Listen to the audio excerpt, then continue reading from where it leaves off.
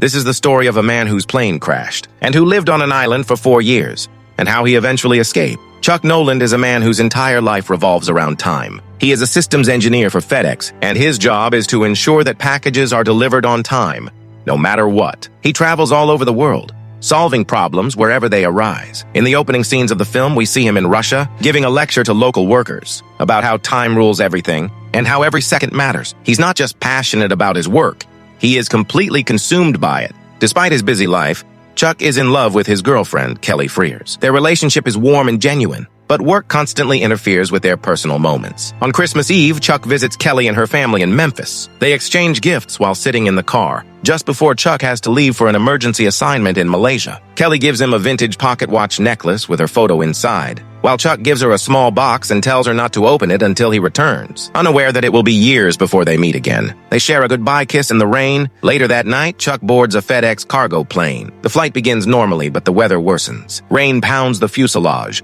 Turbulence hits and alarms begin to sound. One of the engines explodes and the pilots struggle to control the aircraft. In a terrifying sequence, the plane crashes rapidly and falls into the Pacific Ocean. Chuck, strapped to his seat, struggles as water floods the cabin. He manages to free himself, grabs an emergency life raft, and escapes into the stormy sea. The plane disappears into the dark waters, with wreckage and fire floating on the surface. Clinging to the raft, Chuck is tossed by waves until he finally passes out from exhaustion and fear. When he wakes up, the sea is calm, and the raft has washed up on the shore of a remote tropical island. His early survival attempts are chaotic and frantic. He runs along the beach, screaming for help, but sees no sign of civilization. While dragging the raft ashore, he injures his leg on coral. The next day, he begins to understand reality. He is completely alone. FedEx packages begin to wash up on shore. At first, out of respect for the company, he keeps them sealed. But as hunger and desperation grow, he opens them. Inside, he finds various items: ice skates, videotapes, a red dress, a volleyball, and one package with angel wings drawn on it. He keeps that last one sealed, a symbol of hope and purpose.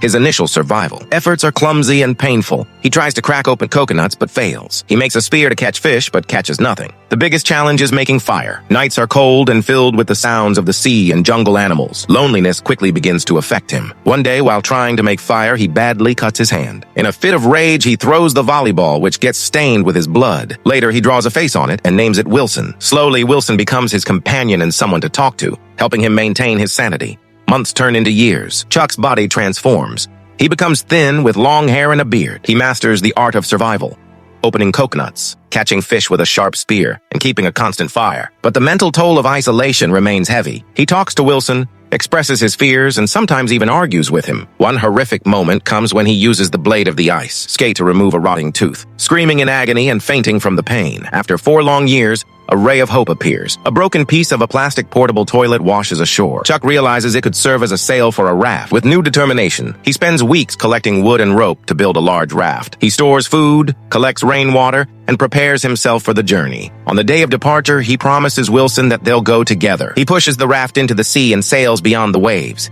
The journey is harsh. The open sea is merciless. The sun burns during the day, and cold winds blow at night. Chuck keeps Wilson close like a friend. During a terrible storm, the raft is partially destroyed, and Wilson floats away. When Chuck wakes up, he sees him drifting in the water. He jumps in and screams, "Wilson! I'm sorry!" but cannot reach him. Heartbroken and defeated, he sits alone on the raft and cries. For the first time, he is truly alone. A few days later, near death, Chuck spots a passing cargo ship. He is rescued and eventually brought home. The world had presumed him dead years ago. Even FedEx had held a funeral for him. His friends and colleagues greet him with tears and joy, but Chuck feels like a stranger in his own home, burdened by memories of the island and lost time. When he finally reunites with Kelly, it is a heartbreaking scene. She runs to him in the rain and hugs him tightly. For a moment, time seems to stand still, but reality sets in. Kelly is now married and has a child. They share one final emotional moment in the car, acknowledging that they will always love each other, but they cannot go back. Chuck gives her the gift he had kept for years, and they part ways.